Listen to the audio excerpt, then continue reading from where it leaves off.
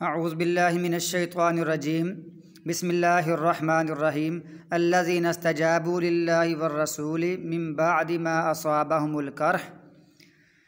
للذین احسنوا منہم واتقوا اجر عظیم۔ وہ لوگ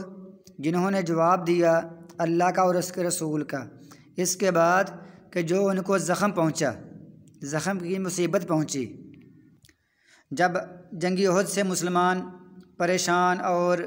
زخموں کی حالت میں مدینہ پہنچے تو اسی وقت رسول اللہ صلی اللہ علیہ وسلم نے حکم فرما دیا کہ جو مشرکین ہیں ابو سفیان اور باقی اس کے ساتھی،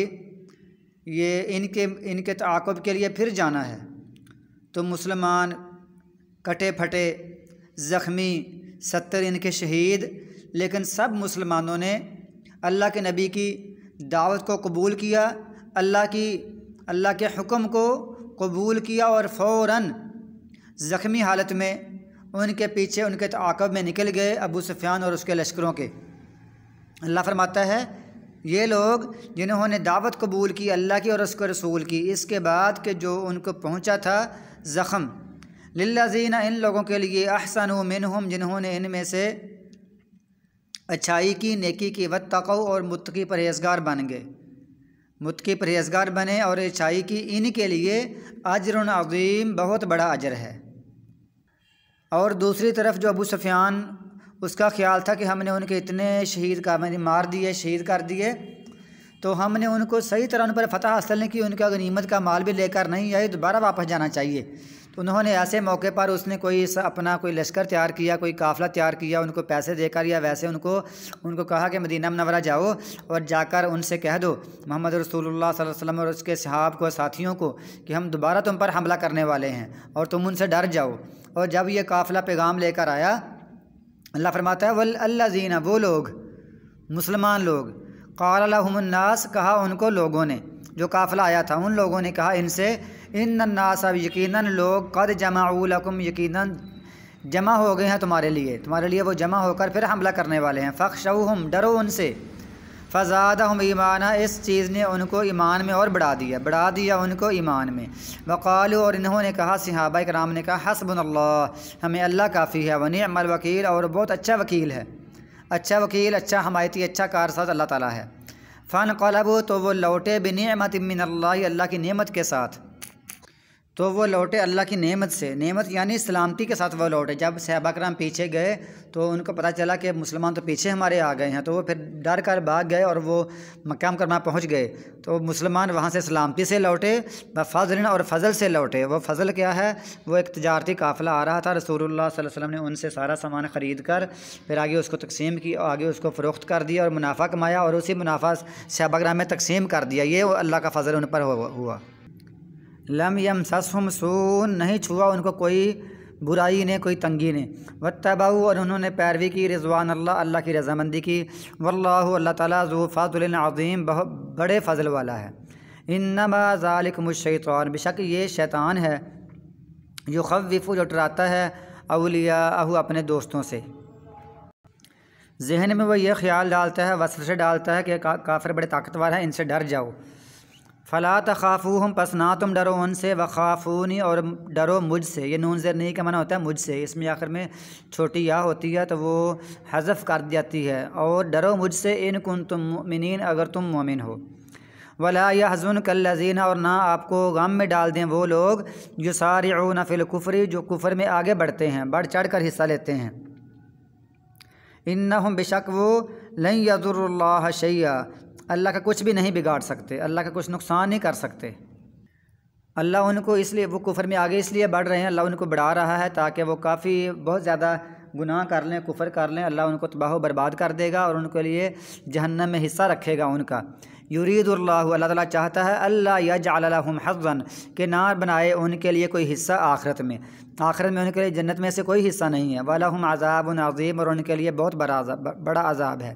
ان الذین اشتروا الکفر بالایمان بے شک وہ لوگ جنہوں نے خریدا کفر کو ایمان کے بدلے، منافق یعنی، لن یضروا اللہ شیئا وہ ہرگز نہیں اللہ کا کچھ نقصان کر سکتے، وَلَهُمْ عَذَابٌ عَلِيمٌ اور ان کے لیے دردناک عذاب ہے۔ یہ سارا یہ جنگ احد کے بارے میں ساری ذکر ہو رہا ہے۔ ولا یحسبن الذین کفروا، اور نہ خیال کریں وہ لوگ جنہوں نے کفر کیا، انما نملی لہم خیر لانفسہم، بے شک سوائے اس کے نہیں جو ہم ان کو مہلت دے رہے ہیں ان کے لیے بہتر ہے ان کی جانوں کے لیے، بے شک ہم جو ان کو مہلت دے رہے ہیں ان کے جانوں کے لیے بہتر ہے، ایسا کبھی خیال نہ کریں۔ انما نملی لہم، بے شک یا سوائے اس کے نہیں، صرف انما کا معنی یہ بھی ہوتا ہے صرف، سوائے اس کے نہیں، بے شک بھی کر سکتے ہیں، بے شک ہم مہلت دے رہے ہیں ان کو، لیزدادوا اثما، تاکہ وہ بڑھ جائیں گناہ میں، وَلَهُمْ عَذَابٌ مُّهِینٌ، اور ان کے لیے رسوا کرنے والا عذاب، ان کو مہلت اس لیے مل رہی ہے تاکہ وہ گناہ میں اور بڑھ جائیں، اور ان کے لیے پھر رسوا کرنے والا عذاب ہے۔ ما کان اللہ، اللہ تعالیٰ ایسا نہیں ہے کہ لیذر المؤمنین، کہ چھوڑ دے مومنوں کو، علی ما انتم علیہ، اس پر جس پر تم ہو، یعنی اے مومنو اللہ تعالیٰ ایسا نہیں ہے کہ تم کو اس حالت پر چھوڑ دے کہ جس پر تم ہو، حتیٰ کہ یمیز الخبیث من الطیب، یہاں تک کہ وہ الگ کر دے پلید کو من الطیب، پاک چیز سے، حتیٰ کہ اللہ تعالیٰ الگ کرنا چاہتا ہے کفر کو الگ، منافقت کو الگ، اسی طرح مسلمانوں کو الگ کرنا چاہتا ہے، آزمانا چاہتا ہے، اور جو بندے منافق ہیں کافر ہیں ان کو الگ کر دے گا، اسی طرح جو شکر کرنے والے ہیں صبر کرنے والے ان کو الگ کر دے گا، اور جو کھوٹے ہیں ان کو الگ کر دے گا۔ اللہ تعالیٰ ایسا چاہتا ہے کہ ایسے نہیں کہ جنگ احد میں ہی، یہ بھی جنگ احد اور اس کے بعد حمراء الاسد والا واقعہ، یہ سارا اس لیے ہے تاکہ مومنوں کو، مسلمانوں کو کفار سے، منافقین سے الگ کر دے، صبر کرنے والوں کو، شکر کرنے والوں کو الگ کر دے، اللہ ان کی تمیز کر دے ان کے درمیان۔ وما کان اللہ لیطلعکم علی الغیب، اور نہیں ہے اللہ تعالیٰ ایسا کہ تم کو اطلاع کرے غیب پر، اللہ تعالیٰ تم کو غیب بھی نہیں بتاتا ہے، کسی بندے کو اللہ تعالیٰ غیب نہیں بتاتا ہے، یعنی سب بندوں کو بھی نہیں بتاتا، کسی ایک کو بھی نہیں بتاتا۔ ہاں اللہ کا طریقہ کار کیا ہے، اللہ تعالیٰ اپنے رسول بھیجتا ہے، رسول کو، اپنے رسولوں کو چند غیب کی باتیں بتاتا ہے، اور تاکہ ان کی نبوت کا خوب اظہار ہو جائے، تاکہ وہ جو نبوت کے لیے ضروری چیزیں ہیں وہ ان کو اللہ تعالیٰ بتا دے، آگے وہ لوگوں کو بتا دیں، اتنی اللہ تعالیٰ باتیں بتاتا رہتا ہے، مکمل غیب کسی کو بھی نہیں بتاتا ہے۔ ولیکن اللہ، لیکن اللہ تعالیٰ یجتبی، پسند کرتا ہے، من رسول ہی، اپنے رسولوں میں سے، من یشاء، جس کو چاہتا ہے، فآمنوا باللہ ورسولہ، کیونکہ اللہ تعالیٰ فرماتا ہے اللہ تعالیٰ غیب کو جانتا ہے، اللہ کے علاوہ کوئی غیب نہیں جانتا، قل لا یعلم من فی السماوات والارض الغیب الا اللہ ما یشعرون ایان یبعثون وعندہ مفاتیح الغیب لا یعلمها الا هو یعلم ما فی البر والبحر، یہ ساری آیات